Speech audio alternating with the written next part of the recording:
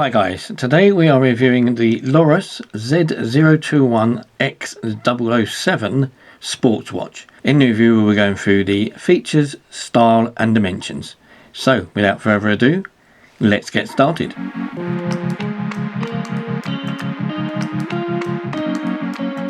So as you can see, this is a Lorus watch. It's a dual-faced sports watch, which means we've got a digital face and a analog face.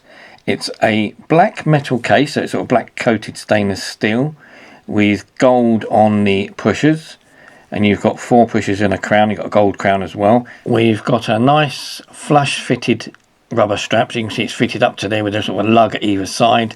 Got a retaining holder here and a second one down the bottom, which is fixed in place by the metal buckle. You've got a lot of adjustment points on the strap, and that just fixes in, as I said, in here with this little sort of like a notch on it, which goes into the second of your lugs. So you put it in your first one,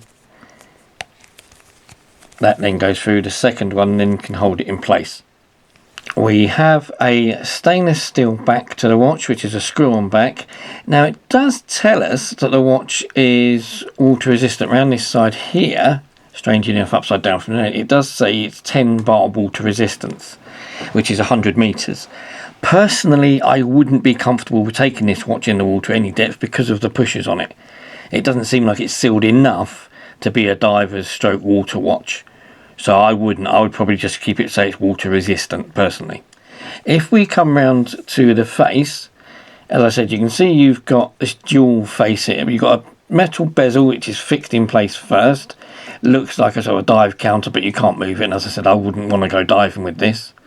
You've then got the inner shoulder, which has got a few hour markers on the outside and some markers for the function. So you've got stop, reset on this side. You've got the mode button and the light up there, and then you've got the face, which again has got this sort of like edge to it. So you've got like a rail around the face with like markers for minutes with the Lorus name on it, and then you've got more markers for the hours. You've then got your 2 hands, which are beautiful gold finished hands with luminous paint in the hours and minutes, and a gold second hand.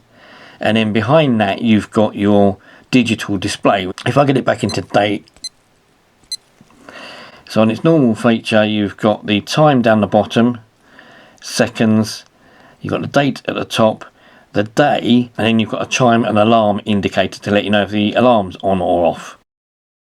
Because it's a dual watch, it does mean it's a bit of a pain to get it dual synchronized so that the time stays exactly the same and the seconds on the display match the same, so it's a bit of a pain doing that. Now they do lots of different variations in this watch. This one, as you can see, is black and gold with a black face. They do a black faced watch with a stainless steel case, and they do a black faced watch with a black case but with stainless steel pushers.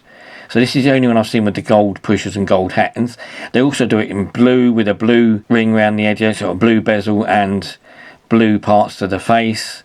There's gold in the whole watch. You can get a whole gold watch. You can get a stainless steel with a stainless steel strap in blue or in black. So there's different versions and different prices.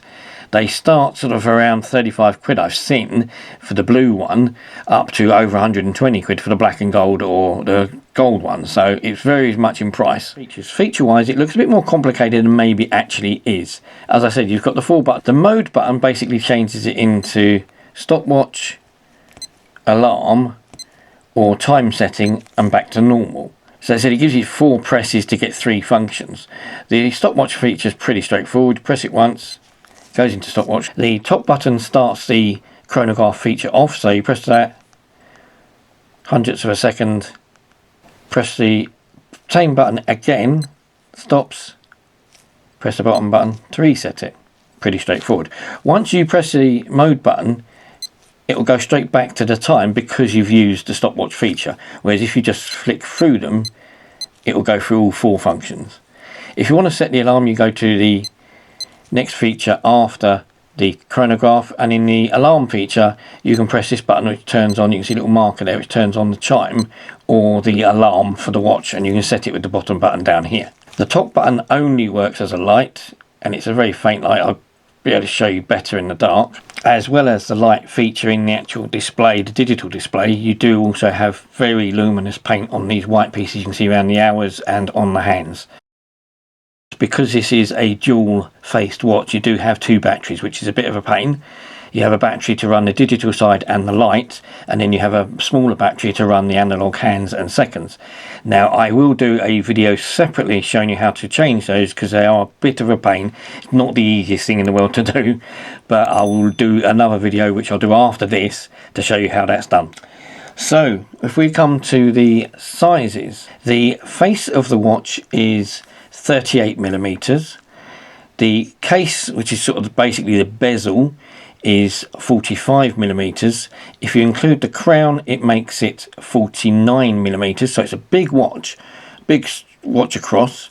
Strap size is roughly a normal 22mm. The width or depth of the watch across here, so from front to back, it's 16mm, which is very big. It's actually one of the biggest watches I've had in depth wise. It's quite thick, and that also makes it quite heavy because it's a stainless steel case full of features. Got a lightweight rubber strap. It still weighs 119 grams in total, so it's quite a hefty thing, but it's a very stylish. As I said, it's one of them watches. I've been after this watch for quite a long time, keep missing out, keep not seeing them come up in decent condition.